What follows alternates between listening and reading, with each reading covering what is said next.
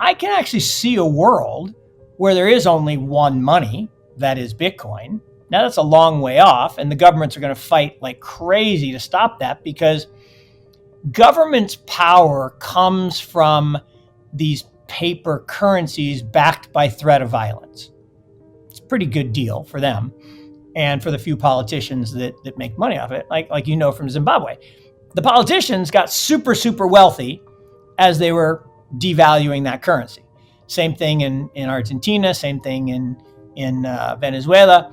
The people at the tippy top of the pyramid make all the money in currency devaluations, which is why Bitcoin protects the rest of us from that kleptocracy. The significance of long-term investment in digital assets and Bitcoin is among the most compelling concepts that Mark Yusko supports. He makes it clear that Bitcoin is a revolutionary monetary network that is intended to protect and increase wealth over time, not just another speculative currency. Yusko frequently likens Bitcoin to early-stage tech investments, contending that its uptake follows a similar pattern to that of game-changing inventions like the internet. Even if there may be short-term fluctuations, the long-term trend is clear. Bitcoin is here to stay, and those who recognize its actual worth will profit the most. Yusko also draws attention to the risks associated with the devaluation of fiat money, cautioning that inflation reduces purchasing power and forces people into a system of financial reliance. Investors can safeguard their financial sovereignty and shield themselves from this hidden tax by putting their money into Bitcoin and other valuable assets. If you're intrigued by bold predictions and deep financial insights, make sure to like this video, subscribe to the channel, and turn on notifications for more engaging content. Thank you for your support and enjoy the video. Think of Bitcoin, again, like gold, as the ultimate savings technology. So when do you spend your savings? Well, when you have a big expense, like you send your kids to college, you retire, you need a little money for living. So if you take a mindset that Bitcoin is a better savings asset, like here's an example. Let's say I take the money that I get paid in fiat and I deposit some in the savings account. But here's the problem. Every day that I leave it in fiat, the government is taking a little bit of it away through this thing called inflation that they've told us for 100 years is good for us, which is not true. I mean, think about it. Over a 30-year period, I lose half my purchasing power at a 2% rate. How is that good for me? That's not good for me. And the issue of fiat versus gold versus, like, here's an interesting stat. So, gold today is like $2,900. Not that long ago, like less than 20 years ago, it was $200 an ounce. Well, what's the difference? It's still an ounce of gold. It's still a single ounce of gold. Well, it has the same purchasing power because the currency has been devalued, like that 100 trillion Zimbabwe dollar bill. So the same thing is true of Bitcoin. If I transition that savings from fiat to Bitcoin, now I'm in an asset that never changes. Like a dollar is always a dollar, but it doesn't buy quote unquote a dollar's worth of goods because there's more dollars, right? So if you think in gold, an ounce of gold used to be $200, now is $2,900. It's not that the gold changed. 1 ounce is still 1 ounce. The money got worse. Like according to Zillow, my house here in Chapel Hill went up 50% in the last 2 years. My house did not grow. It did not get more efficient. It actually wore out a little bit. I had to put some money into it to fix it. So no, the money got worse. And it's the same thing true if you look at stocks. Up until the last couple of weeks, they were at all-time highs, right? Well, only if you priced them in dollars. If you priced them in gold, US stocks are the same price as 1996. It's because we've been devaluing the currency. So 1 Bitcoin is 1 Bitcoin. Bitcoin doesn't change. If you work for a fiat salary, you are a slave because that money can be stolen back from you through devaluation of the currency.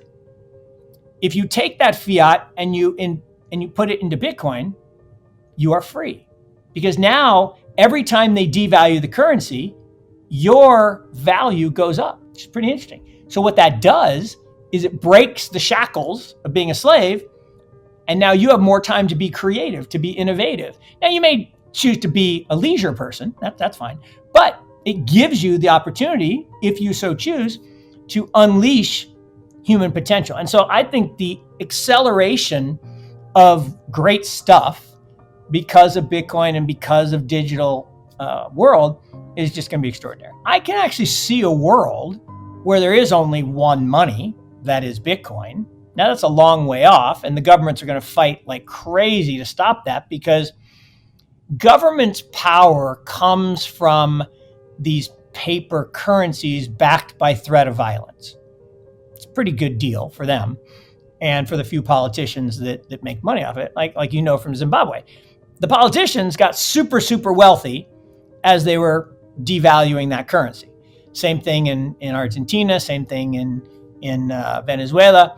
The people at the tippy top of the pyramid make all the money in currency devaluations, which is why Bitcoin protects the rest of us from that kleptocracy. Bitcoin's decline from $113,000 to $83,000 and other recent market volatility are the result of short-term trading activity rather than a shift in the cryptocurrency's actual value. According to Mark Yusko, institutional methods utilizing Bitcoin futures are what cause these price fluctuations. The fact that Bitcoin was categorized as a commodity rather than a security gave big banks the ability to manipulate pricing through derivatives. Yusko likens this to how gold prices have been kept low for years, allowing elites to make money while maintaining the appearance that fiat currencies are stable. Yusko thinks Bitcoin's long-term worth as a hedge against the depreciation of conventional currencies is still solid, despite the short-term commotion. Please take a moment to like this video, subscribe to the channel, and enable post notifications for future Bitcoin, macroeconomic, and digital asset content before we go any further. Now, let's get into his powerful predictions. Every day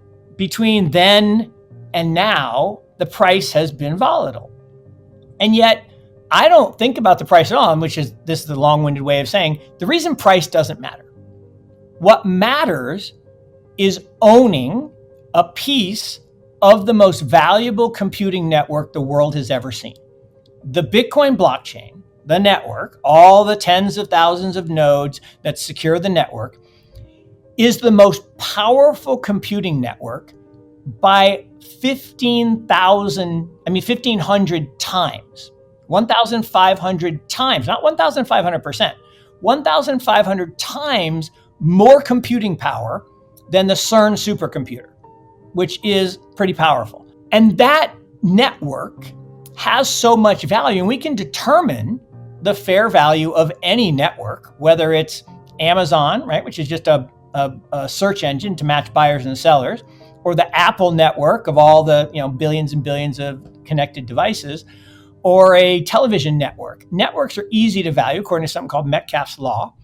And so we can come up with a fair value of Bitcoin today of somewhere around $95,000 per Bitcoin. Now, well, if the price is 83, then why isn't it at 95? Well, again, people disagree about value. And in the last couple weeks, we went from, above fair value at 103 down to 83. Well, why?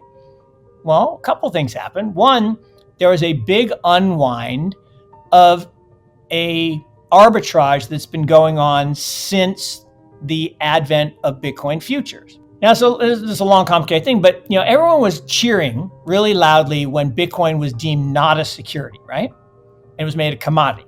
Oh, that's great, that's great. Well, be careful what you ask for. You might get it. Well, why is that bad? I will argue it was intentionally not classified as security, which would probably be better. It was classified a commodity because when you have a commodity, you can issue futures against that commodity, which allows very large, powerful institutions to basically control the price. Let's talk about gold, right? Gold prices, if you look at money supply relative to what gold should be, there are people like Chris Wood and others who say it should be $5,000, $6,000. Well, why is it only $3,000? You're always losing money. It's like, why am I always losing money? Price of the commodity is up. Well, it's because of this thing called the roll yield. Well, think about this. Let's say the price difference between the future and the spot is 12%. I could sell the future. I could buy the spot or the ETF where the spot is, and I could make 12% with no risk. Seems like a good deal. And then if I levered that, if I'm a really big institution like a bank or a big asset manager, I could lever that up. So when the ETFs were approved, little while ago, a year ago, everyone was cheering. Well, I was looking at the same day, not a coincidence, a whole bunch of futures contracts were also approved by the CME, Chicago Mercantile Exchange.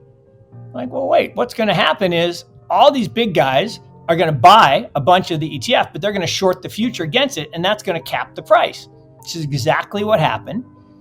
And then the price did start to rise as people got excited about the halving and because after the halving happens, the fair value rises because there are fewer block rewards. So people aren't going to sell unless they get a higher price.